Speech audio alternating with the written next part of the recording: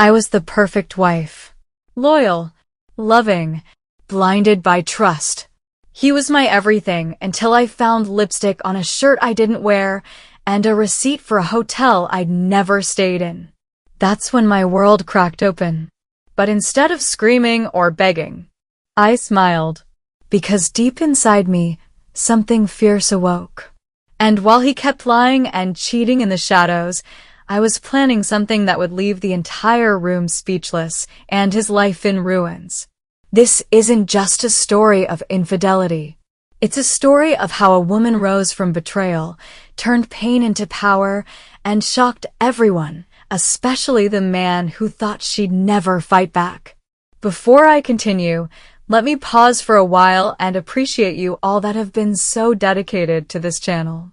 You all have been so amazing, and I am really grateful. Your countless support will never go unnoticed. Your comments, likes are very important to this channel. If this is your first time here, welcome to this family and subscribe for more beautiful stories. Now let me take you through the deepest part of this emotional, heartbreaking, betrayal and infidelity story. I used to believe fairy tales ended with a kiss and a promise. I didn't know they sometimes ended with a trail of lies, red lipstick on leather seats, and silence so loud it could shatter glass. My name is Annabel, and 5 years ago, I married the man I thought was the love of my life. John, tall, sharp, a finance director with a voice smooth enough to sell lies like lullabies. We met at a seminar in New York, bonded over shared dreams, and married within a year. Fast, some said. Magical, I insisted. For a while, it was.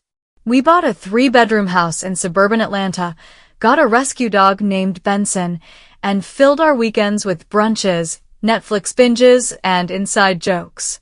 From the outside, we were the perfect couple, attractive, ambitious, thriving. But the cracks came quietly. It started with his phone. John, who used to leave it lying around carelessly, suddenly became a security guard. Face down on the table, always on silent. Password changed. When I'd ask who was texting at midnight, he'd say, just a colleague from the London office. You know how time zones work. Yes, John, I do. But I also know how lies taste, and they were starting to sour in my mouth. Then came the late meetings. 3 times a week, minimum. Once, I offered to bring him dinner to the office. He stammered. No, babe. I already ate. Just wrapping up paperwork. His shirt smelled faintly of unfamiliar perfume when he got home. Still, I waited. I trusted. I told myself I was overthinking. Until the lipstick. It was a Tuesday. I was cleaning out the back seat of John's car. He had taken mine to the shop, and as I reached under the passenger seat, my fingers grazed something smooth and cylindrical. A tube of lipstick. Ruby red. I don't wear red. I've never liked it. And I certainly never left it in his car. I stared at it like it had bitten me. My chest tightened. My throat dried. There it was, proof in a tube. When John got home, I was calm. Too calm. I found this in your car today, I said, placing it on the granite kitchen counter like a live grenade. He barely blinked. That? Oh, that must be from the car wash lady. You know how they clean up and leave stuff behind. I tilted my head. The car wash lady wears lipstick? She might, he said. You never know. These days. And just like that, he turned away, whistling as he opened the fridge. I watched him lie. Smooth. Effortless. I wondered how many times he'd done it before. That night, I didn't sleep. I lay beside him, listening to his breathing, wondering if I had ever truly known the man sleeping inches away. The next morning, I texted Leah, my best friend since college. Can we meet after work? I think John's cheating. Leah, oh no. What happened? Tell me everything. At our favorite cafe downtown, I spilled. The lipstick. The texts. The smell of someone else on him. Leah listened, eyes wide, fury building in her usually calm expression. You need to catch him in the act, she said. If he's bold enough to lie to your face, you need something concrete. I nodded, fingering the coffee cup. I need proof. And that's when the idea began to form. Not rage. Not drama. Strategy. By the weekend, I had booked an appointment with a private investigator. His name was Detective Harris, ex-law enforcement, with a calm demeanor and sharp instincts. I slid him an envelope with John's photos, his work address, license plate, and phone number. I want to know everything, I said. Who, when, where? Don't miss a detail. He nodded. Give me a week. I left the office with trembling hands. Not because I was afraid of what he'd find, but because deep down I already knew. John had cheated. John had lied. But what I would do next? Let's just say. It would shock everyone. They say the truth sets you free. But before it does, it breaks you quietly, then all at once. I spent the week pretending. Pretending to smile. Pretending to laugh at John's stupid jokes. Pretending not to notice how often he glanced at his phone or how his eyes no longer lingered on me the way they once did. He didn't kiss my forehead anymore when he left for work. Didn't ask about my day.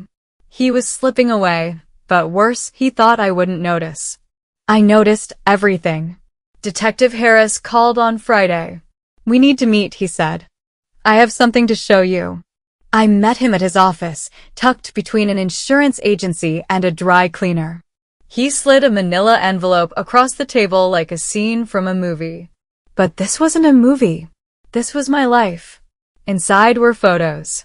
High definition. Brutally clear. John, walking hand in hand with a woman outside a hotel in Buckhead.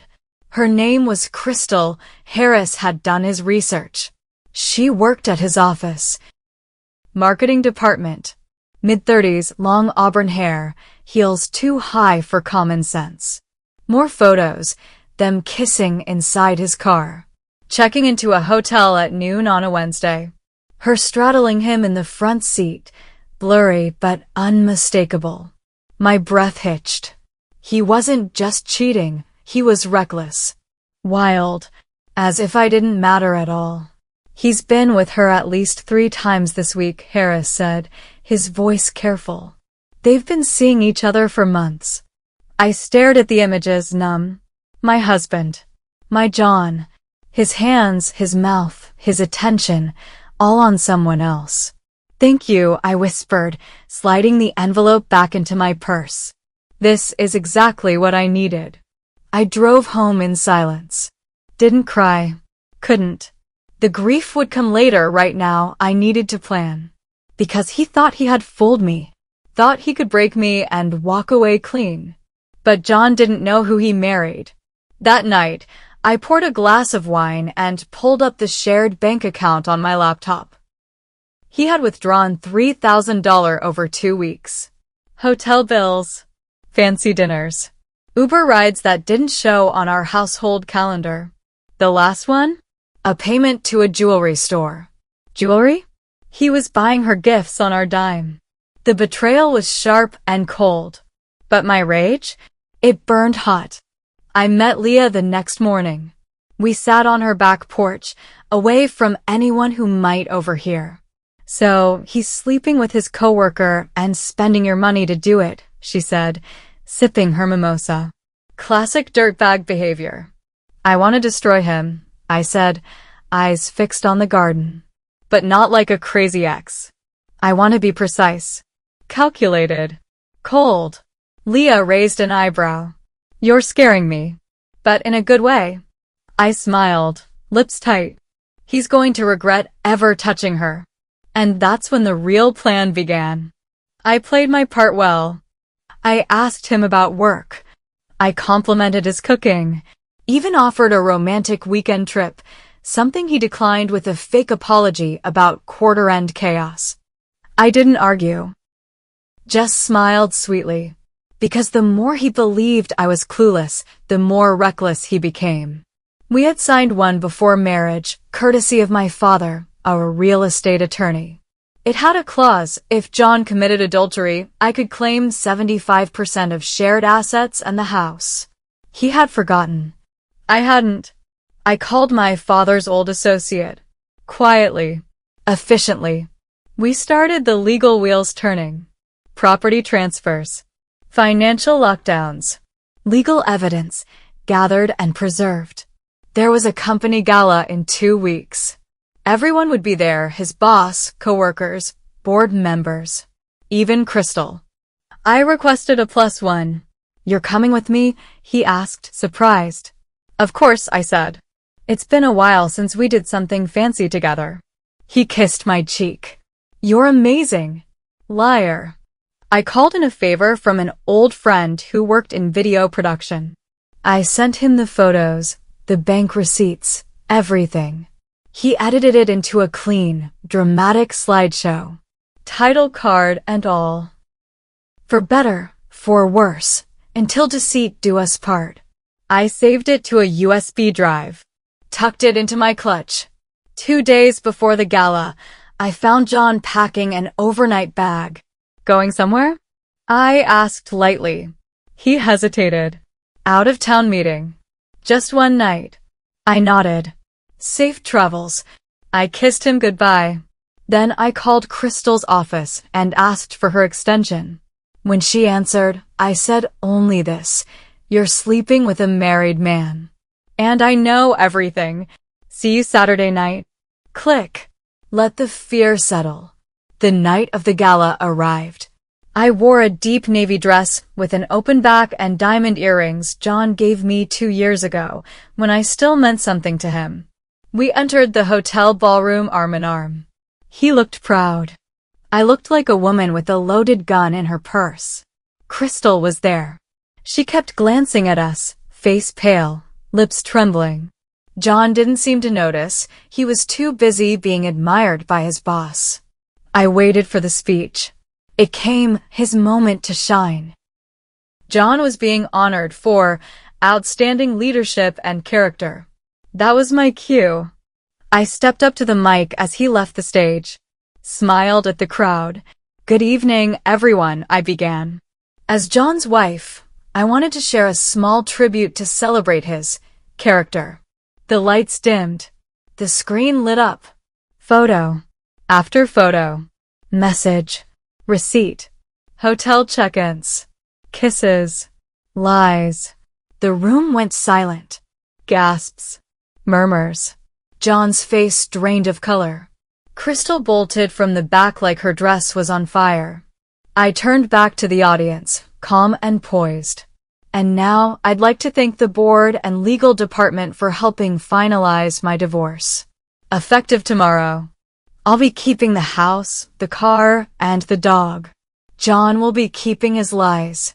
Thunderous silence. Then, applause. Someone shouted, "Legend." I walked off stage, heels clicking like war drums. John followed me, desperate. "Annabel, please." I turned to him. "Don't. You had a good woman. You chose a cheap thrill. Now you get to lose everything." He reached out. I stepped back. "You lied, John. You cheated.